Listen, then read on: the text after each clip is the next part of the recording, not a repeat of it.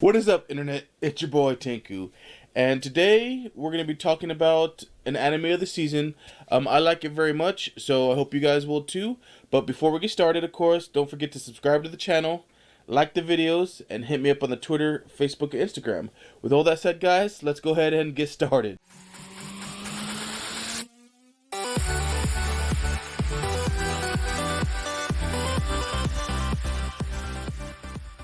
All right, today we're going to be talking about a anime called Kanata no Astra, or in English here in the US, it's Astra Lost in Space.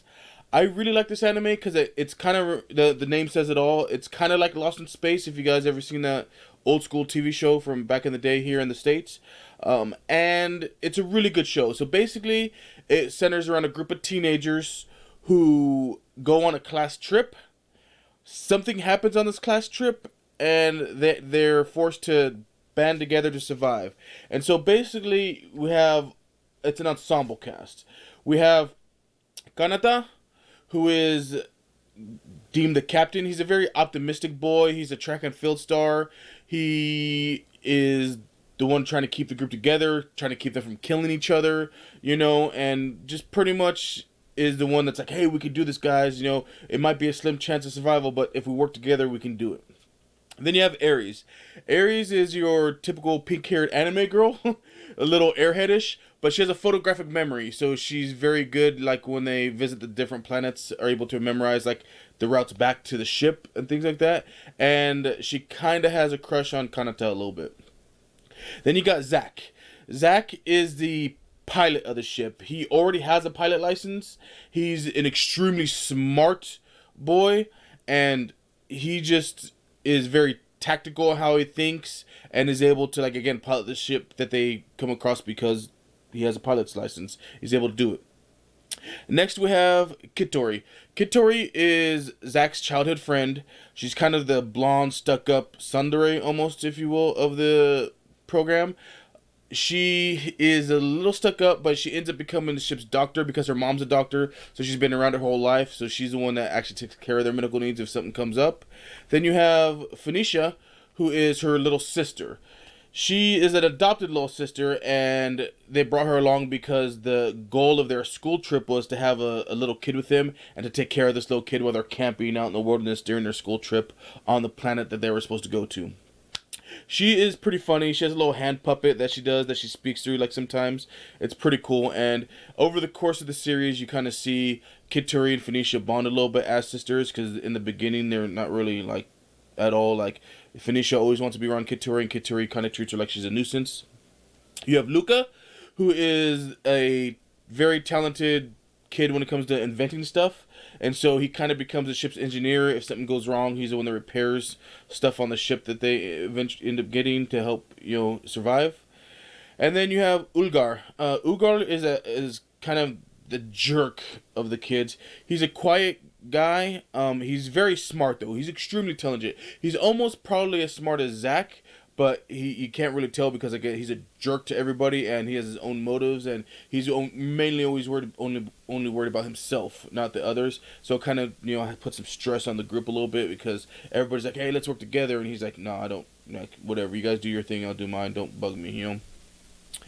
Then there's Yunha Lu, who is a very shy girl, very reserved. You find out that her mother doesn't treat her very well. Her mother's a famous singer. She is very shy, doesn't want to be around anybody. She always thinks she's useless. She has a complex about it. But she is also, in her own right, a very good singer, which, helps ease the crew when they find this out, and she can sing for them and lift their spirits, if you will. Almost like a bard if on a ship, if you could look at it like that. And then there is Charles. Charles is the pretty boy, blonde, blue eyes. All the girls are like, oh wow, that guy's handsome. He's their botanist, so he's the one that when they go to the planets to try to survive and find food and water, to say, hey, no, this is edible, this is not edible. And he also becomes the ship's cook, which is very important because they all kind of end up filling a role on the ship. So basically what happens is, this is in the future, right? They all live on this planet. All these kids were supposed to go on a school trip to a planet. and they were supposed to have like a goal in mind. And so all these kids got put together randomly from throughout the school. They go to their planet, and their goal was to camp out and take care of the little kid, which is Phoenicia. Well, when they get to the planet, they're about to go get their gear and get everything set up. A mysterious white ball comes from out of nowhere, and it's weird. And so, like, they're like, "What the heck's going on?" And this ball like slowly comes in and encompasses all of them, and then they get shot out into space. This white ball just spits them out into space, and they're all panicking a little bit. They're like, "What the heck's going on? We don't get it." And they see like a ship just like floating out in the distance.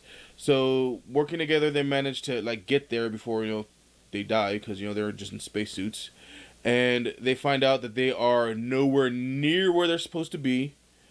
Their the communications on the ship have been disabled. The warp drive barely works. The ship barely functions, and there's only like 3 days full of food and water. So they'll start panicking. That's when Kanata kind of becomes the captain, because that guys, I've been in a situation like this before, because something happened to him when he was in junior high. Watch the anime to find out, because that's all their stories are moving, I guess you could say, impactful. And so he's like, we can do this if we work together.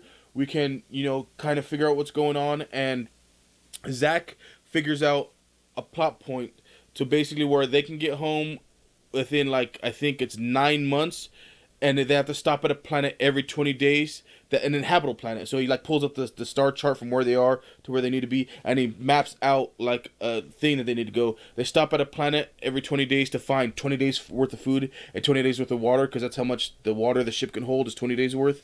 And of course, to gather enough food for them to survive till they get to the next planet. And so he plats out a route and says, if we follow this route, we can make it home in like 9 months. Their school trip was only supposed to be 2 weeks. So they decide, yeah, let's work together and let's try to get this done. And they start going, the anime is about them, their adventures, going planet to planet. What happens on each planet when they're trying to gather the food, the different types of planets, the things they have to overcome on those planets to gather the food, find out what's edible, what's not edible, try to find a water source on this planet so they can, fill up the ship's reserves to make it to the next destination, and so on and so forth. And then they do show a little bit about their parents and what's going on their home planet, what's going on with their parents, and something seems really sketchy in the show, like why this happened to them, how this happened to them. Like, there's a layer of mysteriousness to it, like why this actually happened to them. And so that's kind of what keeps the show interesting, because not only are they having to work together, band together, they're teenagers, and survive with their particular set of skills, we'll say, to survive, but like why this happened to them, and are they actually going to be able to do it? What happens if they actually make it home? Because when they show what's going on at home, things are a little not copacetic, we'll say. So it's very mysterious, survival-ish. It's anime, so they got the interminglings of the kids. There's comedy, of course, involved, and it's a really well-woven story. I like it a lot. I really think you guys should check it out. Take my word for it. There's like 4 or 5 episodes out right now, because it's one of this season's animes. I haven't heard a lot of people talking about it, but it's really good, guys. I really recommend it. So with all that said, guys, tell me what you guys think. Hit me up on Twitter, Facebook, Instagram. I've been talking to a lot of people on Facebook and Twitter a lot of back and forth. I appreciate, the follows, and of course following you guys to interact with you guys, give me more videos ideas. I'm liking that. Start leaving comments on the channel. We've been getting more and more comments lately. I try to answer every comment that's left, because I like to do that kind of stuff for interaction. So like I said, guys, let me know what you guys think, and everybody, let's have an awesome day.